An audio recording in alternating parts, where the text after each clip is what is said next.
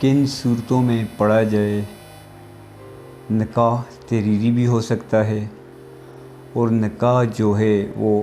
زبانی بھی پڑھا جا سکتا ہے۔ اور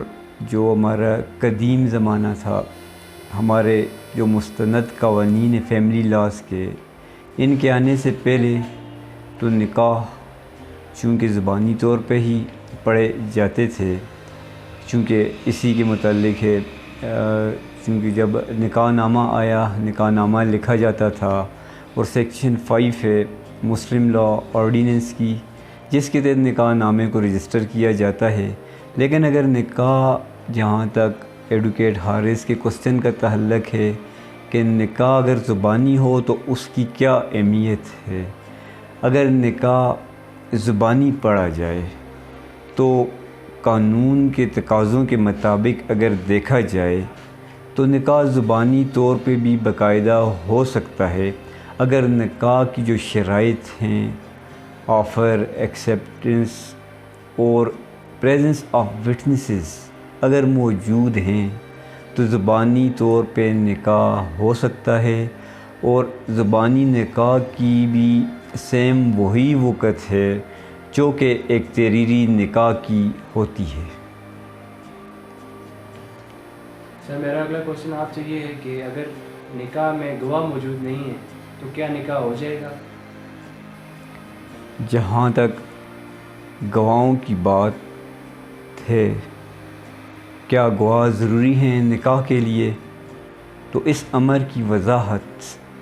بڑی ہی واضح ہے ہماری دینی تعلیمات سے بھی، اور جو ہمارا لا ہے مسلم فیملی لا، اس سے بھی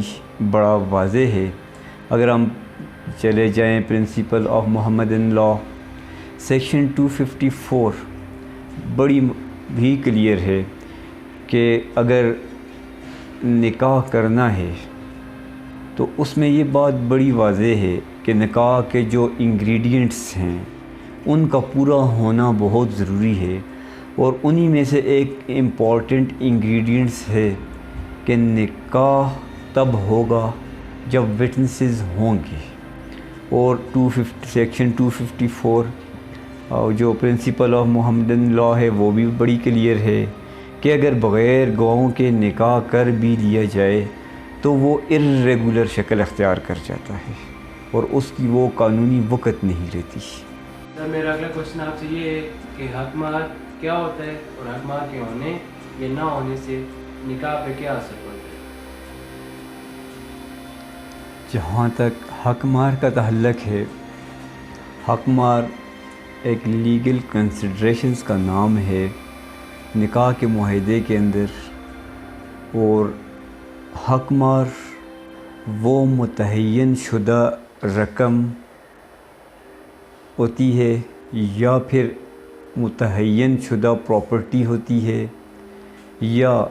کوئی بھی چیز متعین شدہ سونے کی صورت میں یا کسی چیز کی صورت میں بوقت نکاح مرد عورت کو دینے کا ذمہ دار قرار دیا جاتا ہے۔ اب یہ مہر مختلف صورتوں میں ادا کیا جا سکتا ہے، شادی کے وقت بھی ادا کیا جا سکتا ہے، جسے ہم کہہ سکتے ہیں پرومپٹ اوور، مہر مہجل، اور اگر وقت شادی نکاح ہسبینڈ کی استطاعت نہ ہو کہ وہ مہر ادا کر سکے تو ایسی صورت میں وہ جب بھی عورت ڈیمانڈ کرے گی تو ایسی صورت میں وہ مہر غیر معجل کہلائے گا، اور عورت کی ڈیمانڈ پر پھر یہ مہر پے کر دیا جائے گا۔ اگر لیگل سینس سے اور اسلامک سینس سے دیکھا جائے تو مہر سائن آف رسپیکٹ ہے عورت کے لیے، یعنی ایک مرد اپنی عورت کو جو عزت فراہم کرتا ہے بوقت نکاح وہ مہر کی صورت میں ادا کرتا ہے۔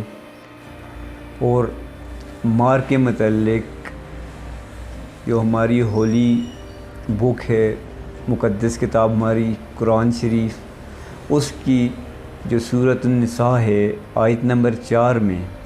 بڑی واضح ہدایت کے ساتھ کہا گیا ہے کہ حق مہر اس کا مفہوم یہ ہے کہ حق مار عورتوں کو ادا کر دیا جائے، اور اگر وہ خوشی سے چھوڑنا چاہیں تو پھر مرد کے لیے آپشن ہے کہ وہ حق مار کا استعمال کر بھی سکتا ہے۔ سر میرا اگلا کوشچن آپ سے یہ ہے کہ عدت کا عرصہ کتنا ہوتا ہے، اور کیا عدت کے دوران ویمن جو ہے وہ خرچہ نان نفقہ کے لیے انٹائٹلڈ ہوتی ہے یا نہیں ہوتی؟ عدت کا جہاں تک تعلق ہے، اب عدت کیا ہے اور اس کا کتنا عرصہ متعین ہے، اور اس عرصہ کے دوران کیا وہ مینٹیننس کی حقدارہ قرار پاتی ہے یا نہیں پاتی۔ عدت دو صورتوں میں عورت پر لاگو ہو سکتی ہے، ایک جب عورت کا شوہر وفات پا جائے، دوسرا جب عورت کو طلاق ہو جائے۔ اب دونوں صورتوں کے اندر دو مختلف ادوار کا تعین کیا گیا ہے جو کہ عورت کو ہر صورت عدت کا وہ عرصہ آبزرو کرنا ہے۔ شوہر کی ڈیتھ کی صورت میں 4 مہینے اور 10 دن تک عورت پر فرض ہے کہ وہ عدت آبزرو کرے، اور اگر ڈائیورس کی صورت ہے تو پھر عورت کو 3 مینسٹریشنز پیریڈ یعنی حیض جو عورت کو آتا ہے اس کے 3 ماہ کا انتظار کرنا پڑے گا۔ اور جہاں تک عدت کیا ہے، عدت کے متعلق یہ بات بڑی واضح ہے کہ عدت وہ عرصہ ہے جو عورت اپنے گھر پر سٹے کرے گی، وفات کی صورت میں بھی اور اسی طرح طلاق کی صورت میں بھی۔